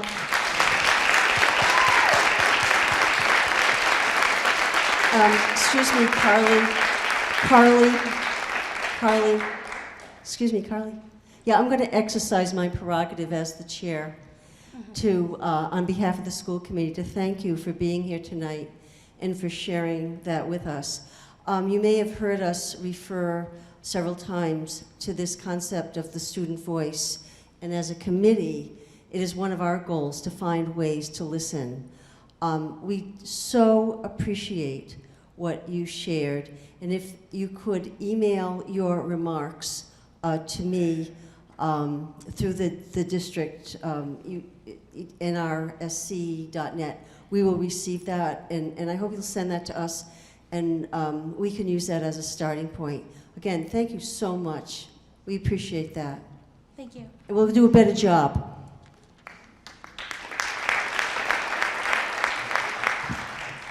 Hello, I'm Frances Morgan from Stow, and I have two concerns, and I'll try to keep them brief, but the first concern I have is it seems like there's a Department of Elementary Secondary Education investigation going on. There's a Department of Child and Family Safety investigation going on, and then we're trying to independently hire someone to do an investigation for the district. And I'm hoping that any of this information that can be shared will be shared eventually. Oh, I'm sorry, I also forgot that there's a law enforcement investigation going on. And so what I'm hoping is if we do go ahead and hire an attorney, that the attorney's investigation can kind of provide us some sort of synthesis of all of these ongoing investigations, and that there's some kind of public report that is followed up with the second tier that you guys were discussing this evening of how we as a district are going to take these reports and improve. So that's my first comment. And my second comment is kind of going along with what Kelly just said. I'm wondering why the response is to give the students a virtual internet safety course rather than responding with a listening session on how we can make them feel safer, because I feel like this is blaming, I mean, giving them an internet safety course seems like we're blaming the victims in this situation. The power dynamic of the teacher at soliciting this information or these pictures from this child is really not being acknowledged in this situation, and I think that you're sending the wrong message to the kids with an internet safety course. So those are my comments. Thank you. Thank you. Hi, my name's Kathy Romeo. I'm from Bolton. I had two comments. One was kind of related to what Carly was saying as well. To my knowledge, that the students have not been spoken to at all about the situation at all, and that from what I've heard from the kids, that when they have heard people talking about it in their classrooms, that they're told to be quiet. So I think there's just this culture of fear about speaking up. So again, just reiterating the things that have been said before, I think that, you know, we need to do a better job about that. The other thing I wanted to say is that we've heard comments both here and throughout the community about a culture of fear at the high school. As we look to the long term, we ask that the school committee assign a subcommittee to undertake a review of teachers and students to understand where the issues are and what we need to do to address them, especially in light of an incident of ongoing abuse that many seem to have known about ahead of time. Thank you. Hi, my name is Pam Kane, and I am a resident of Bolton. I do want to thank everybody tonight for coming here. The students, the faculty, and everything. We have an amazing group of teachers in our district, and we are always have been proud of them and are proud of them still. I feel that it's very important that I hear about this culture of fear. I feel it is very important that as the school committee, you do take it upon yourselves to maybe talk to some of the staff and the students on your own, just as an investigation of your own, so that you can hear what people are trying to say. I think there's a lot of miscommunication and wrong conceptions of what the students can say, what they can't say, and the teachers as well. I think they all have a right to be heard and should be able to speak freely. I also just want to confirm that the full investigation is going to cover from June until September. I know there was a couple different types of investigations that have taken place, but I just want to make sure that we go from June all the way through September in that independent investigation. And I thank you for your time. Thank you. Good evening. Thank you for your time. My name is Anne Marie Hirschberger and live in Bolton. I just have one point, and really it was the first point and the first item that came to my attention that really kind of got a lot of conversation going, and I think shared by a lot of other people in the mental health field. I'm a school counselor in a substantially separate collaborative, and I have to do I'm a mandated reporter. And I want to just reiterate, my experience as a counselor, we do not investigate, we report immediately. We have 24 hours for a verbal, and we have 48 hours for a written. That written report is right online. You can look it right up on DCF. The reason for that, several very important reasons, which I think need to be reiterated right here, is that we bring them in because they're objective. They're external, much like the investigation that we are asking for, or that you have supplied with our, following our conversations. That's hugely important. But most importantly, it ensures that the child is removed from the threat of continued abuse immediately, which was not done. In fact, the words investigation of the incident in July and August seriously concerns me as a clinician and as a counselor for students. I'm concerned for that student's well-being. I hope and pray that the student was not called in and interviewed during this investigation without a trained mental health professional present and active in that process, thereby risking further trauma to that child. That's a very important point that we need to understand and needs to be clarified. Thank you. Thank you.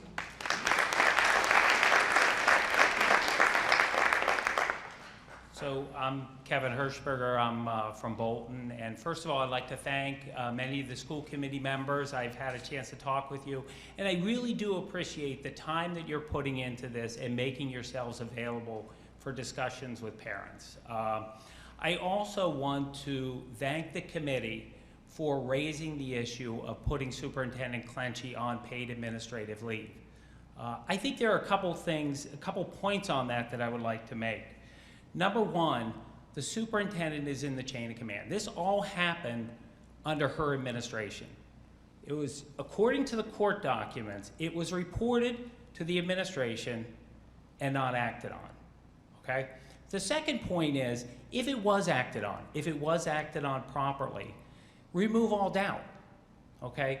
So pull Superintendent Clenchy out of the process entirely.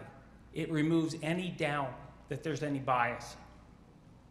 The third point that I'd like to make is there's been a total lack of leadership in this administration.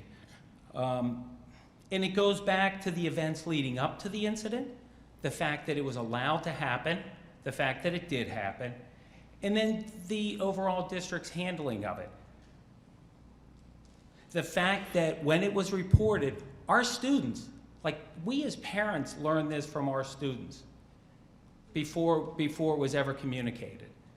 It took over a week to place the principal on administrative leave.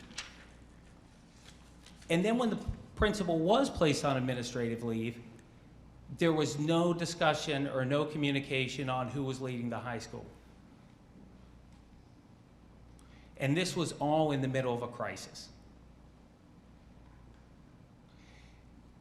Madam Chairperson, you listed off all the trainings that are being done, all the policies that are being put in place to protect the children. Apparently they weren't working. They weren't done.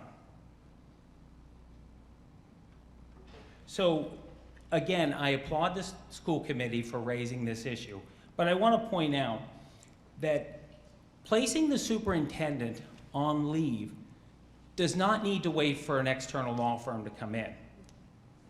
Any delay is delaying the overall process, and it is not rushing into it, okay? It's taking out any of the bias that's there, or any of the concerns that we as parents have. Oh, you have 15 seconds left, Mr. Hirschberger. Okay, and then, now I just say, every day the committee deteriorates the confidence. Thank you very much. Thank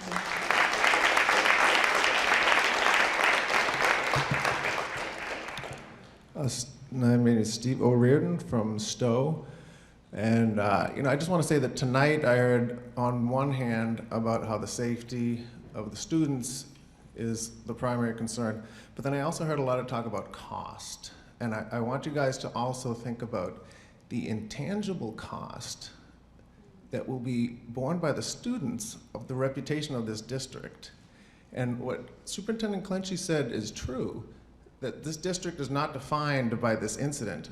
How it's going to be defined is by how you guys respond to it. And it's really, it's really not that difficult to do this right by the kids. If somebody knew about an alleged pedophile in June and they were allowed back into the school, whoever in the administration knew about that needs to go. Thank you. Hi, my name is Hannah, and I live in Bolton, and I'm a junior at the high school right now. As said earlier, students in NASHOBA have known about inappropriate things happening between the teacher as well between her and the students for months now. And yes, it did take a little bit for this fact to come forward to the administration of the high school. But the fact that knowing that someone has actually known about this and someone did come to them last June, and then the teacher was still allowed to come back into my school and teach, scares me. And personally, I do not think this is okay. Thank you, Hannah.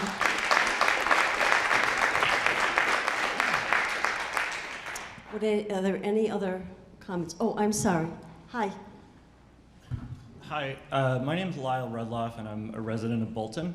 And I just want to bring to everyone's attention and to your attention, if I believe I understood and heard Superintendent Clenchy properly, she spoke this evening of the culture within the district and folks' willingness and students and faculty to be able to come forward, and parents, to report these types of incidents or any sort of thing.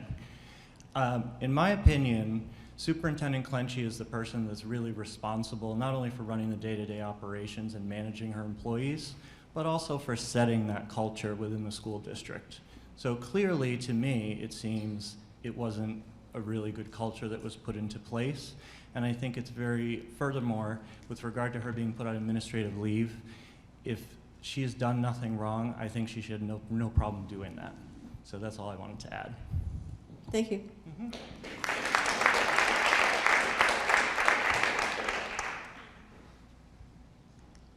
Hi, I'm Stacy Kramer. I'm from Lancaster. And one thing that hasn't been mentioned at all is my daughter was a student of hers and lost a whole month sophomore year of math when MCAS count this year. And I know that there's been talk about, other higher level and college level classes that the kids were taking. And nobody's talking about that at all, so that's just something I wanted to add. Thank you, Stacy.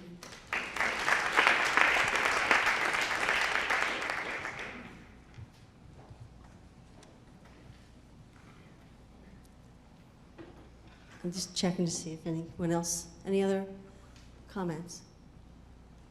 Seeing none, I want to just do a wrap-up, a brief wrap-up, and I just have some closing remarks. So in wrapping up, the school committee is eager to engage in an independent investigation so that we can ascertain the actual facts of the event that led up to where we are today. We have voted to utilize an outside legal firm, and the personnel subcommittee will work on getting that information where we can make a decision about who to hire. We recognize the need to improve communication in a number of areas. We also need to examine our policies and how they are implemented. We've heard about concerns about the culture at the high school and the need to listen to students more. We have heard the community concerns regarding the superintendent, and we'll have a meeting to discuss that subsequently. And just in closing, there are 3,180 students in this school district. And they may not be related to us, but they're our children. And with your children, you're proud when they achieve. If they hurt, your heart breaks a little bit.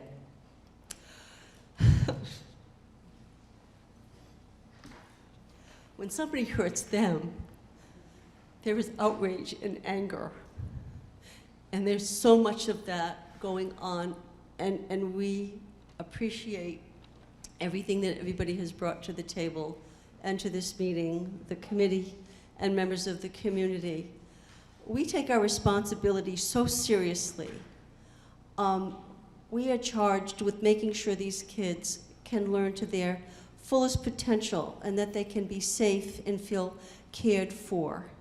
And we are committed to doing everything we can to address the issues that have been brought forward, and it's going to be a team effort. It's the school committee and the administrative leadership and the school leadership and the students and the parents.